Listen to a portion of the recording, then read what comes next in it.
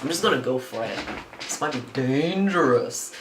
Hi guys, how's it going? Boop boop. This is a request. This is doing past paper questions and just, even though you have the mark schemes, to just kind of go through the train of thought of getting to those answers.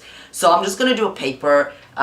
There's a link to the paper and the mark scheme in the description, and you can go there and look at it at the same time whilst I'm going through it as well. So essentially, this is an Edexcel A2 paper, and I've not looked through it actually, so this is my first go as well, because you know what? The examiners, the right questions or whatever, smart people or whatever, will not get 100% of these questions. If they were to do them over and over again, or if they were to get a random paper, they wouldn't get 100%. And if anyone tells you that they can guarantee themselves or someone else to get an A star, they're lying. There's no such thing, okay? There's no such thing, trust me. So I'm going to go through it, and I've got the mark scheme side by side. I'm going to just go for it and see how I do and see how you do, and just see basically the train of thought of someone who has done these before, has got an A in biology, has got a first class degree in biology, and dabbled in actual biological research. So there you go. Right, let's do it. So, question number 1. I'm not gonna wait for you, but go to the link so that you can actually see the paper. But I'm going to describe the questions as well. So, question number 1. It goes from easy to hard. So let's do it. Cholera is a disease caused by bacterial infection that affects the absorption of water in the small intestine. The photograph shows part of one epithelial cell from the wall of the small intestine. This cell is adapted to absorb substances by active transport. State what is meant by the term active transport. 2 marks. This is a sort of basic definition. There's not much to it. Active transport, the key thing about active transport is it requires ATP, and it's the movement of molecules against a concentration gradient. So from low concentration to high concentration, the opposite of diffusion. And in the mark scheme, the marks are for transport against the concentration gradient, slash from low to high concentration, and the other mark, energy slash ATP required. It also says ignore from low concentration gradient to high concentration gradient. So it's not the gradient, there's no such thing as a low and high gradient. The concentration is high and low. So from low to high concentration, or from high to low concentration, and that together creates the gradient, right? Moving along. The bacteria that cause cholera release a toxin. This toxin affects the CFTR protein. I kind of see, I've got some background knowledge, so I know what CFTR means. I know CFTR stands for cystic fibrosis transporter. See, I don't know what the R stands for, but it's cystic fibrosis. Anyway, found in the membrane of intestinal epithelium cells. The toxin causes the CFTR protein to pump more chloride ions out of these cells into the intestine. This causes a lot of water to be lost in the feces. Explain how the Is it to do with cystic fibrosis? I could be wrong. Bra la la la la. Tra la la la la. Explain how the toxin causes this water loss. 3 marks. So we're told that the toxin causes more chloride ions to be pumped out of the cells into the intestine, and this causes water to be lost in the feces. So we know that the result of this toxin is a lot of water being released. Also, a lot of chloride ions being released. What is the connection between ions released and water released?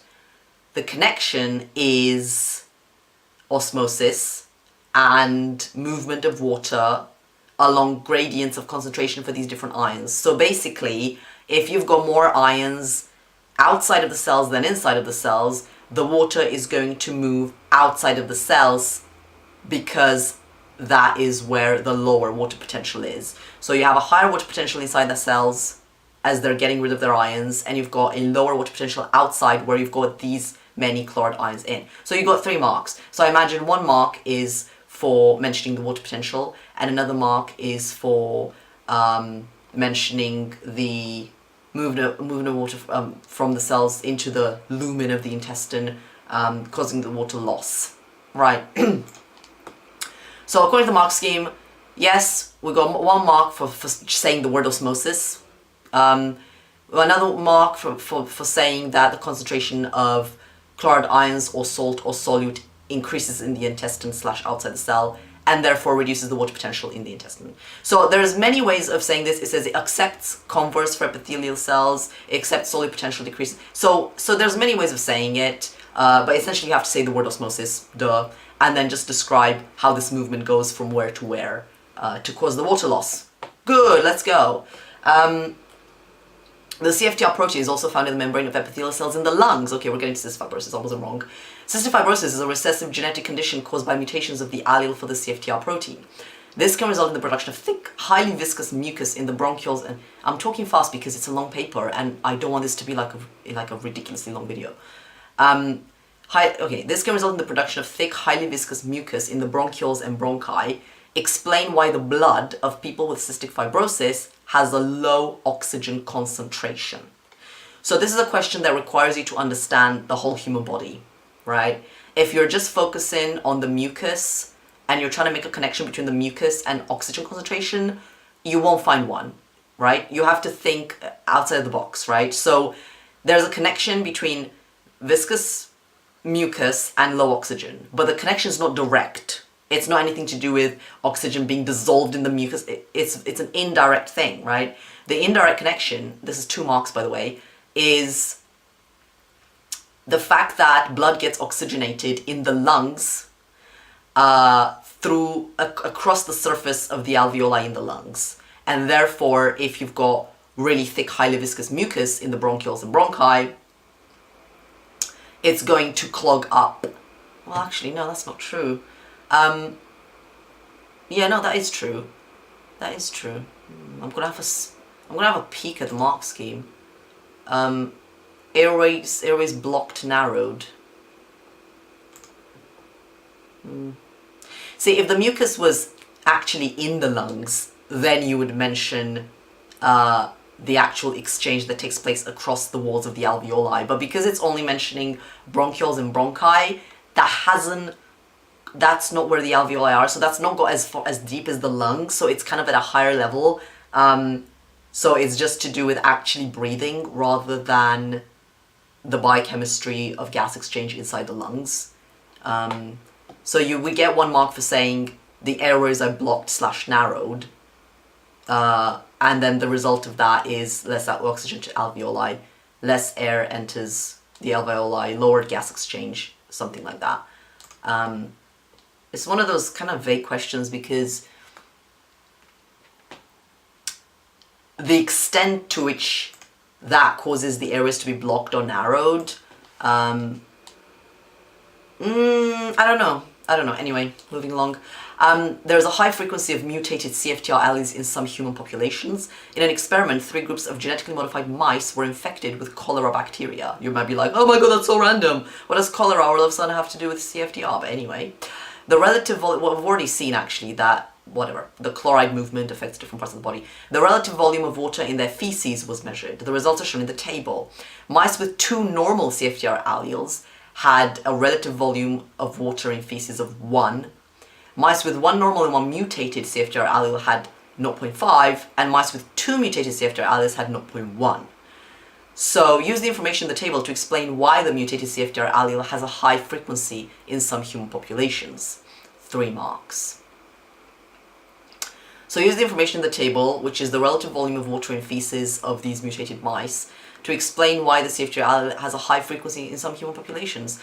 I imagine the 3 marks are for pointing out that when you only have one mutated gene and 1 normal one, the effect is half of having 2 normal alleles, whereas if you have both mutated, the effect is 1/10 of the normal one. And so if half of the normal function is still good enough to get by, then it's not going to be a big deal. Whereas obviously having only a tenth of it would pose enough of an issue to potentially be removed through natural selection. That's my take on it.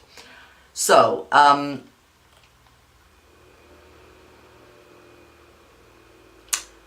mutated alleles lose less water, more mutated alleles reduce water loss, therefore survive cholera/infection. Oh, I misread that completely. Sorry, I forgot about the... I totally didn't even look at it. I didn't look at the cholera bacteria infection. Of course. Of course. We're infected with cholera.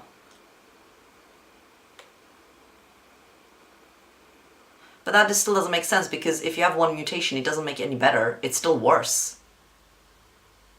Oh no, it's better. Wait, what? Oh, it's better. My bad. I don't look at the numbers. I just assumed that less water was bad, but actually it's good. It's really good. So if you have a mutated CF2 allele, you lose half of the water. If you get infected with cholera and you get diarrhea, so you only lose half of the water. And if you have two mutated CFTR alleles, you lose a tenth of the water. So actually, it's extremely beneficial if you are infected with cholera. So obviously, that separate advantage means that having the allele has stayed in the population for that reason.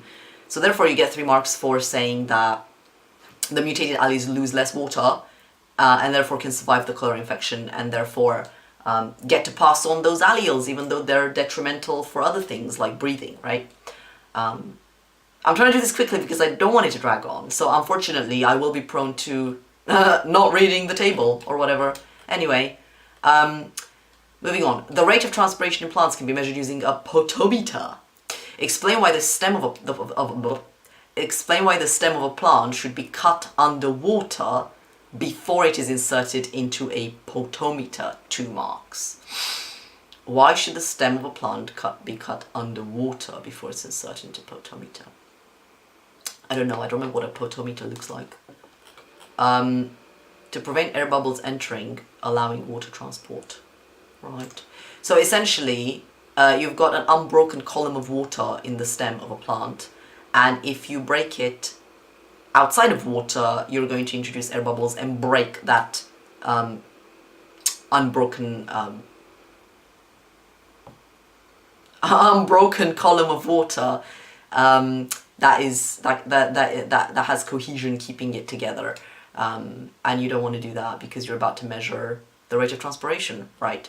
Which combination of the following factors would increase the rate of transpiration the most? A, B, C, D. High wind speed, low humidity, high temperature. Low wind speed, high humidity, blah, blah, blah. So basically different combinations of wind speed, humidity, and temperature. So which combination of these factors would increase the rate of transpiration the most, right? So wind speed, obviously high wind speed, because it's removing the water from the plant. Wait, no. Wait. Increase the rate of transpiration. Transpiration is releasing water. So water would be released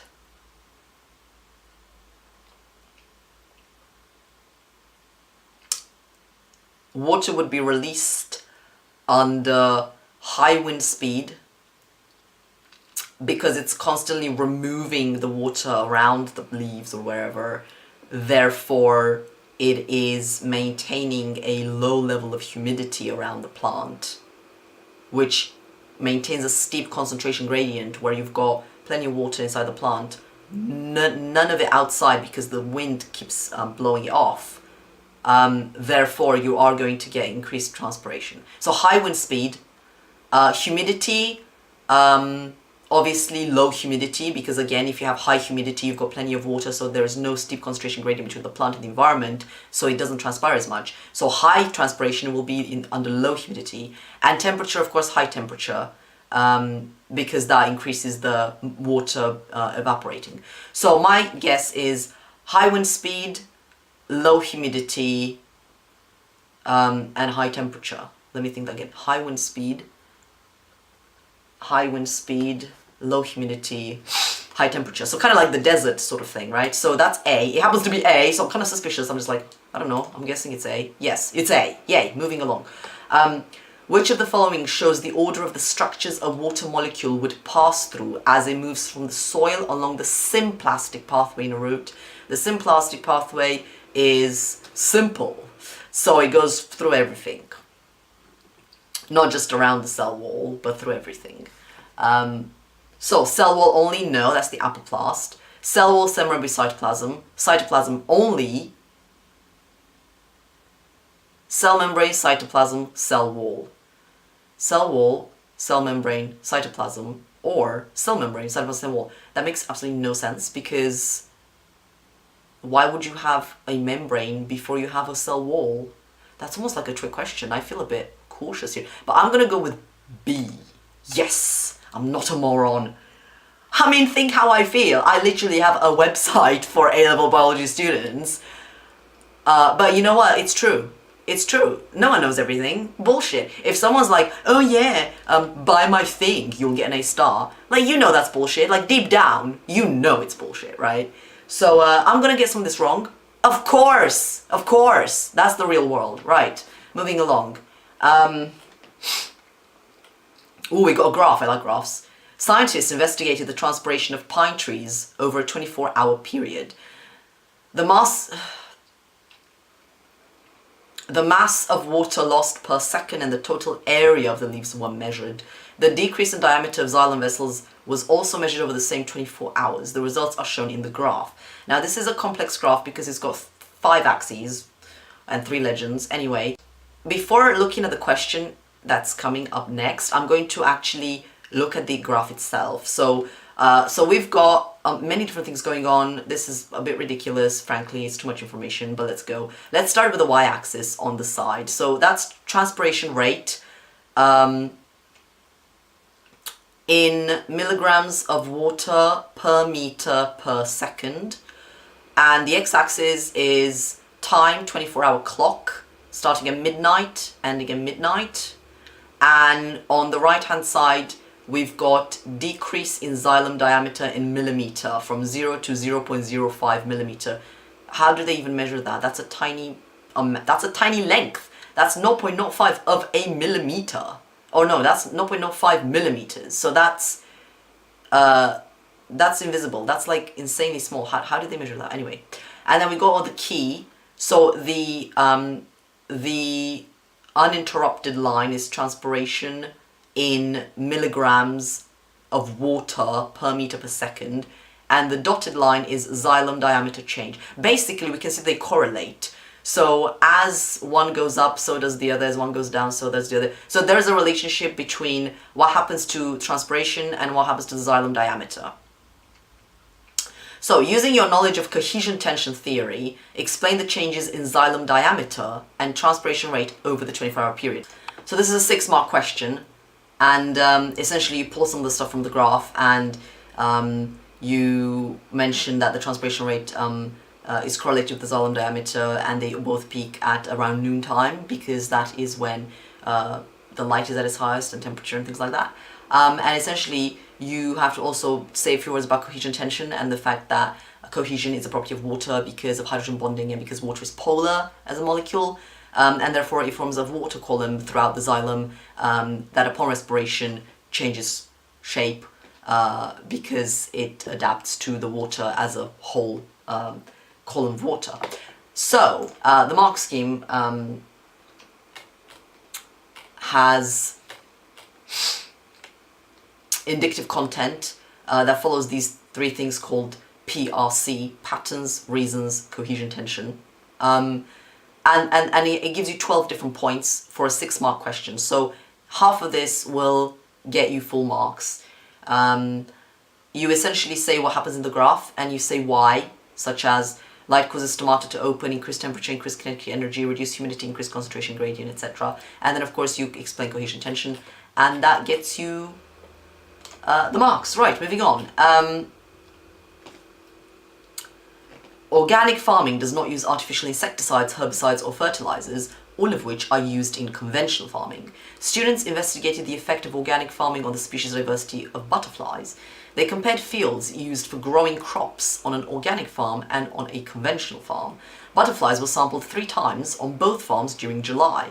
They were collected by walking around the fields using a sweep net. On each sampling exercise, the butterflies were collected until no more butterflies were seen. Sampling was only carried out when the temperature exceeded 25 degrees and the wind speed was low. The results are shown in the table. Species of butterfly: cabbage white, common blue, large skipper, etc. Many species.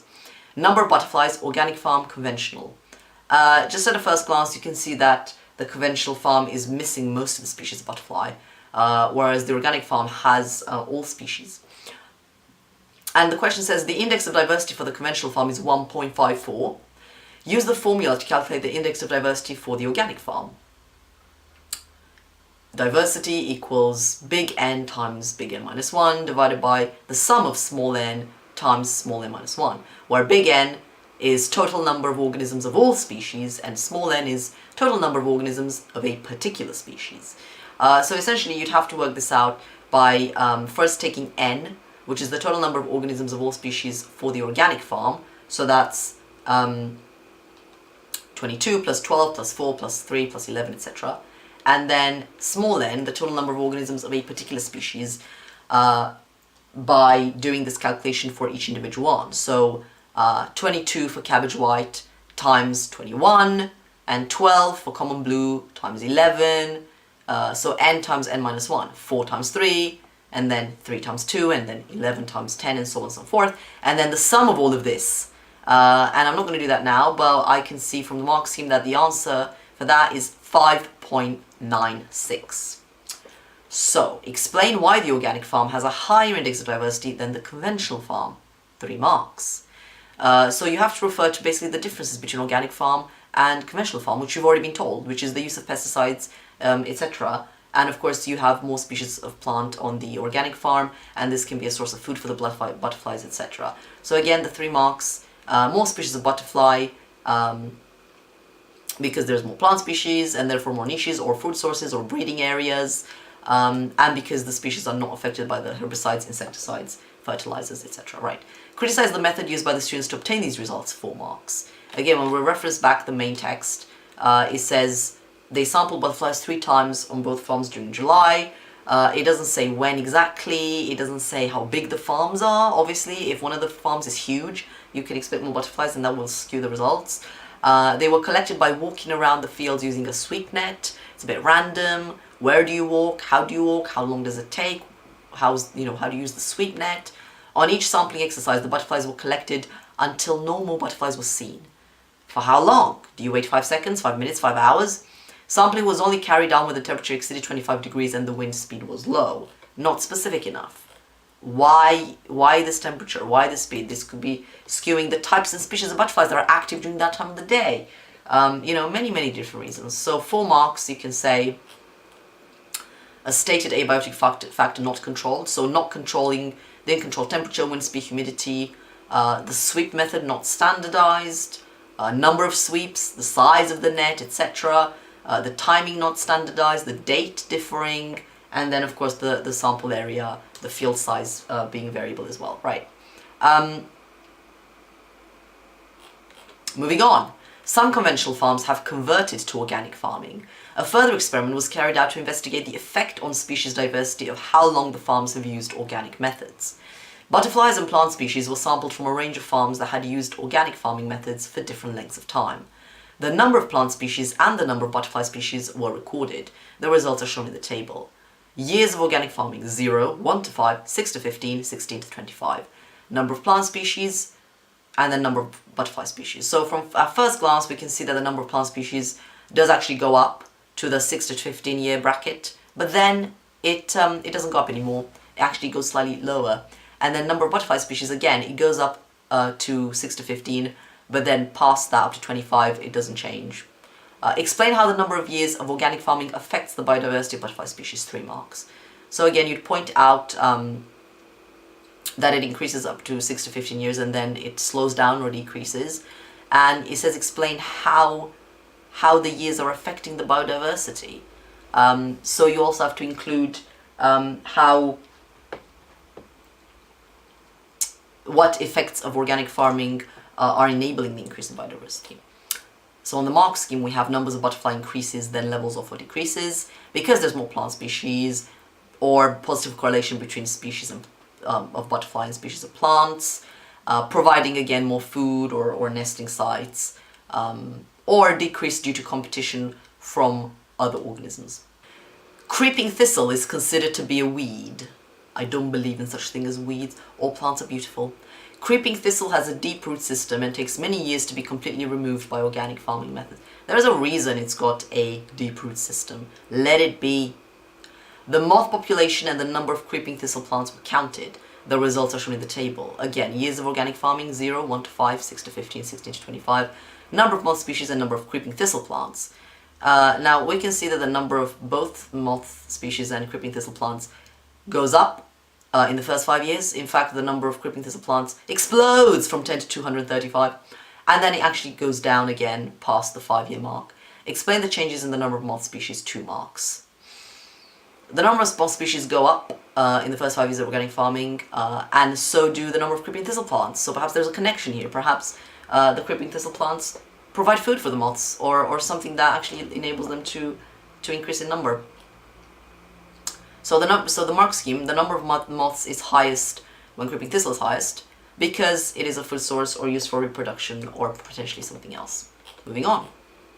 The mammalian circulatory system, very different topic indeed, transports materials to and from cells. State how the double circulatory system of mammals ensures a higher hydrostatic blood pressure than a single circulatory system.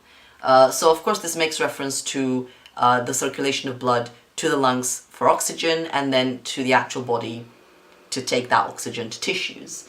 And it's asking how it ensures a higher pressure by bypassing the lungs altogether and oxygenating separately. It's just 1 mark. So the mark scheme says an answer that makes reference to blood passing through the heart twice, or pumped to the lungs and body separately, or pumped again after going through the lungs.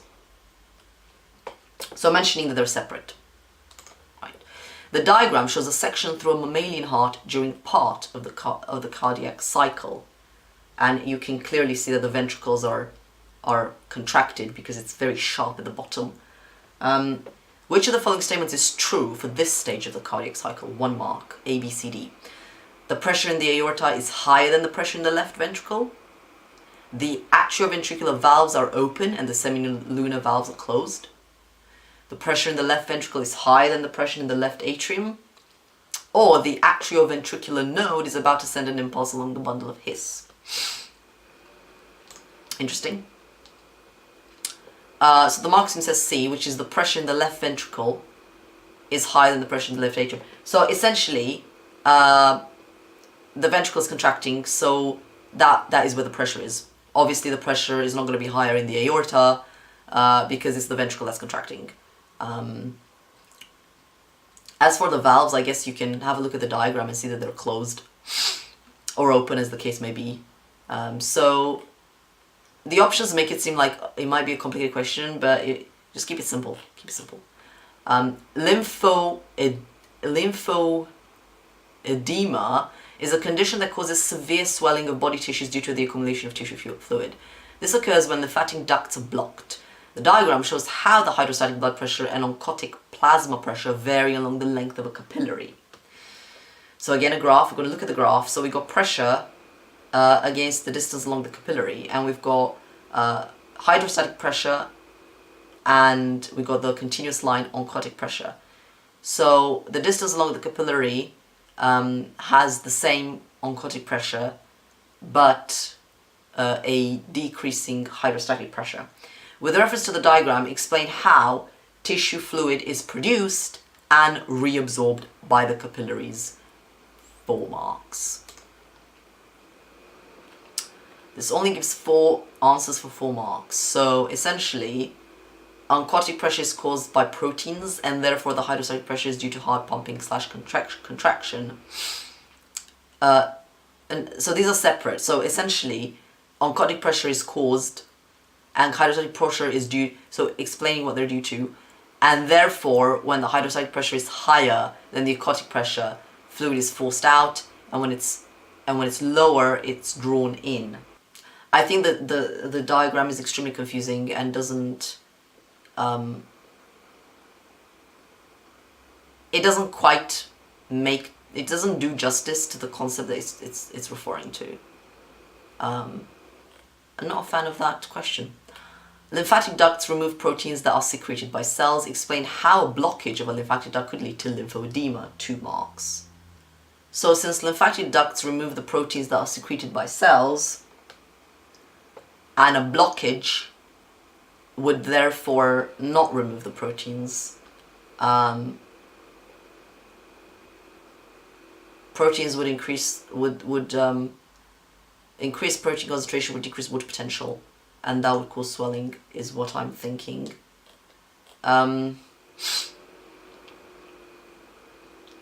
So it is a 2-mark questions, but it gives 3 points. So proteins accumulate in tissue fluid, therefore oncotic pressure changes. It says except water potential decreases, therefore less fluid water removed, or more water is drawn out of blood / capillary. So something along those lines. Blood contains a variety of cells, plasma, and clotting factors. I'm doing this, it's around 4:30 p.m. So my brain is frankly not working that great. But I'm just going to do it anyway. Smoking can increase the risk of blood clot formation. An investigation was carried out to determine the effects of smoking on the contents of blood plasma. In the first part of the investigation, blood samples were taken from male smokers and non-smokers aged between 35 and 50. All males were matched for health status, body mass, and diet. The concentration of fibrinogen is a compound that enables blood clotting, in their blood plasma was measured. This is what I'm saying. This is what I'm thinking. So basically, whenever you see words in these introductory descriptions, you need to think if you know what that kind of means. So going back to that CFTR gene, you know, even though the question is not about cystic fibrosis, it already lights up in your head that, oh, that's the cystic fibrosis transporter. And then, of course, the second part of the question actually brings in cystic fibrosis. So again, this is mentioning fibrinogen. It's also mentioning blood clots. So you should have already made this link that fibrinogen and blood clots, that's the relation, right? The results are shown in the table. Number of cigarettes per day, sample size, mean blood plasma concentration of fibrinogen in milligrams per 100 centimeter cubed. No, sorry, in milligrams. In milligrams per 100 centimeter cubed. And standard deviation. Let's have a quick look. We see that the mean concentration is going up with the number of cigarettes, so that's neat. We also see that the sample size is insanely varied, and the standard deviation is variable. In the second part of the investigation, blood samples were taken from men aged between 35 and 50 just after waking. Another blood sample was taken just after the men had smoked their first cigarette. The concentration of thrombin, again that should light up, thrombin, present in both blood samples was measured. The concentration of thrombin present in the blood of the non-smokers was also measured. The results are shown on the table. We've got non-smokers after waking, and then we've got smokers after waking, and then we've got smokers after first cigarette. Sample size 9, 10, 10, a bit more similar. It's a very small sample. You know, technically speaking, in order to be able to do statistical tests on any samples, they need to be very large. They need to be samples of 1,000 and not 10. Mean thrombin concentration in arbitrary units. We can see that it absolutely explodes in smokers after their first cigarette, but it's also quite high in smokers after waking before having a cigarette.